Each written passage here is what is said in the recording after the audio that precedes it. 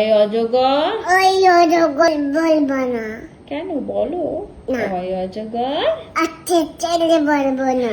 আসে ধরে বলবে না, তাহলে কি বলবে? আয় আমটি আবো না। খাবো না। ইঁদুরছানা বই মনে দেব না। বয় মরে দেব না। ঈগল পাখি পাতে জলে দেব না।